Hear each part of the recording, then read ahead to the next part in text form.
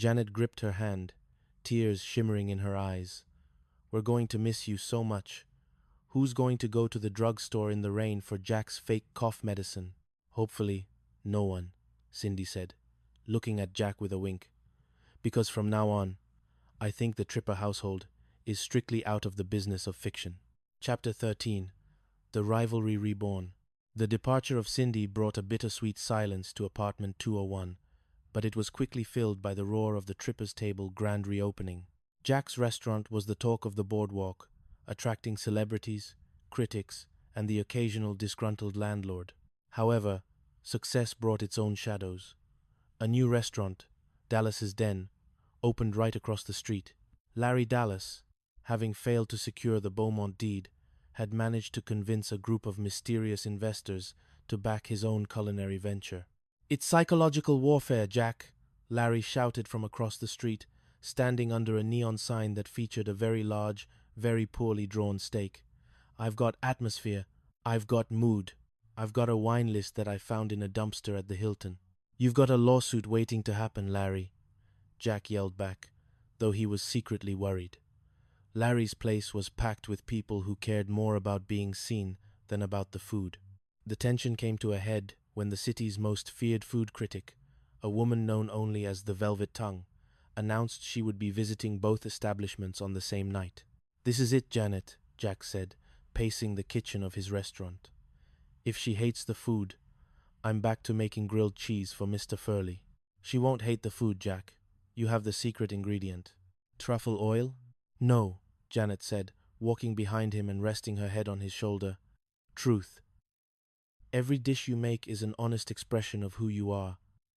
Larry is just selling a facade. People can taste the difference."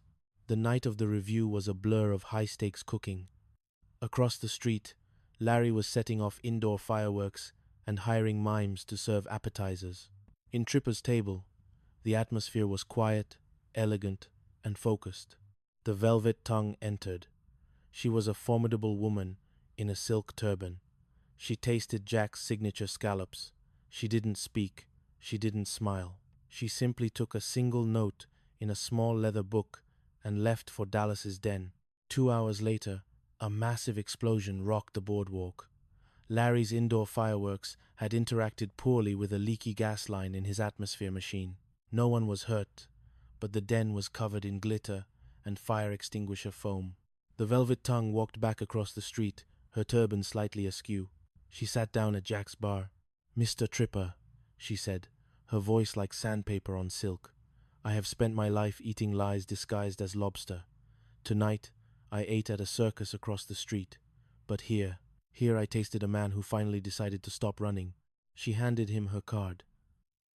On the back, she had written, "5 stars.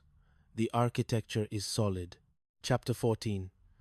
The Renovation of 201. As the months turned into a year, apartment 201 underwent its own renovation.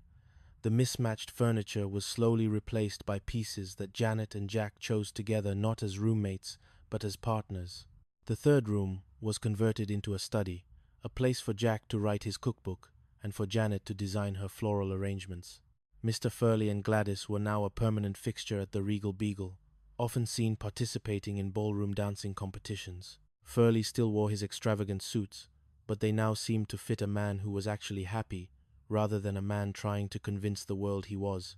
One evening, Jack and Janet sat on their balcony, the same place where the vow of truth had started. The ocean was a deep, rhythmic blue, the sound of the waves a constant, comforting heartbeat. "So," Janet said, leaning her head on Jack's shoulder, "what's the next project, architect?" Jack looked at the apartment behind them, then out at the horizon where the sun was beginning to dip again, casting that same golden glow they had seen 1,000 times before. "I was thinking about a permanent addition," Jack said, reaching into his pocket and pulling out a small, velvet box. Janet froze, her breath catching. "Jack, no lies, Janet. No masquerades, no pen pals or cousins from Fresno. Just me, asking you if you want to spend the rest of your life building something real with me." He opened the box, revealing a ring that was simple, elegant, and perfectly balanced. Janet didn't answer with words. She answered with the same truth that Arthur Prynne had seen in the restaurant, a truth that had been there all along, waiting for the right moment to be told. As the Santa Monica moon rose over the water, the architecture of a lie was finally complete, replaced by something much stronger, much warmer, and infinitely more beautiful. It was a house built on the truth, and for the first time in their lives, they were finally home. Chapter 15. The Uninvited Guest.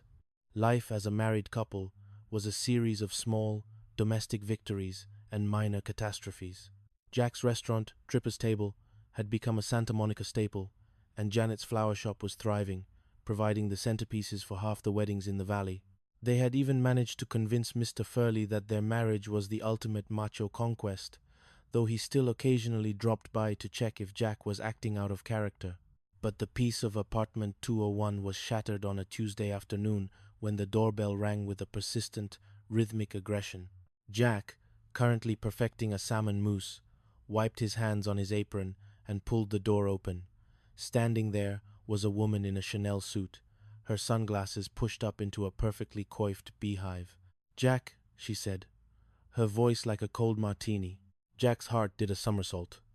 Lisa Page, the one and only," she said, stepping into the apartment without waiting for an invitation.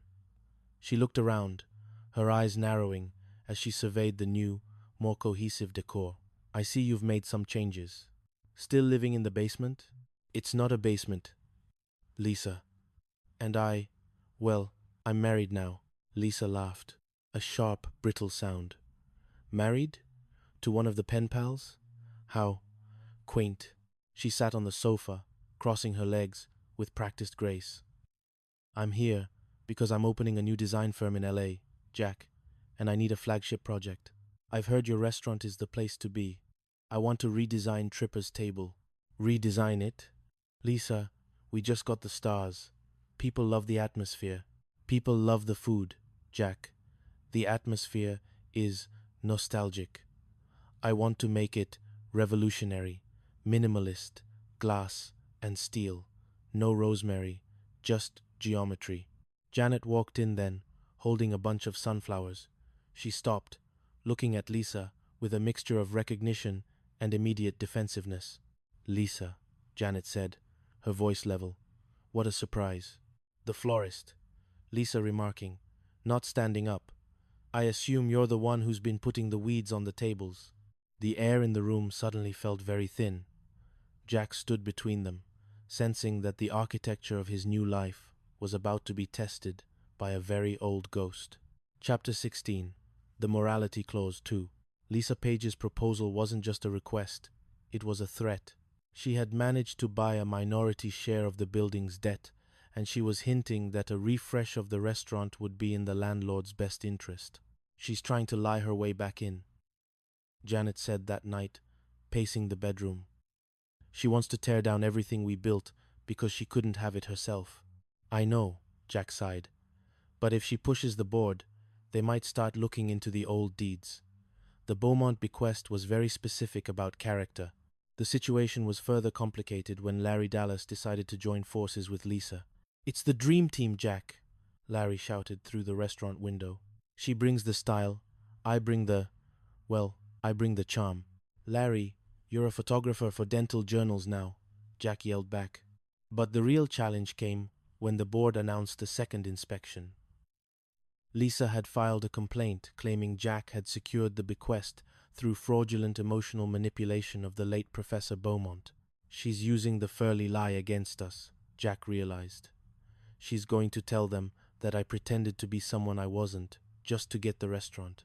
The night before the hearing, Jack and Janet sat on the balcony. For the first time, they considered the possibility of losing it all. "We could just tell them the whole truth," Janet suggested. "From the beginning, the roommates, the lies, to Furley, the whole circus. They'll revoke the deed, Janet. The morality clause was about truth. I wasn't being truthful. You were protecting us, Jack. That's a different kind of truth." Chapter 17. The Final Foundation. The hearing was held in a mahogany-lined boardroom. Lisa Page sat on one side, looking victorious. Larry Dallas sat behind her, trying to look like a legal advisor. Jack and Janet sat on the other side, holding hands under the table. Mr. Tripper, the head of the board, began. The allegation is that you deceived Professor Beaumont regarding your personal lifestyle and character in order to secure a business asset. Specifically, that you led people to believe you were, well, that you were not interested in women. Jack stood up. He looked at Lisa, who was smirking. Then he looked at Mr. Furley, who had been called as a witness and was currently wearing a suit that looked like a disco ball had exploded. I did lie, Jack said, his voice clear. I lied for 3 years. I lied to my landlord, I lied to my neighbors, and occasionally I lied to myself. A gasp went through the room. But I didn't lie to Professor Beaumont, Jack continued, pulling a small, yellowed letter from his pocket. This is a letter he wrote to me a month before he passed. He knew. He knew about Janet and Cindy. He knew about the Brotherhood facade.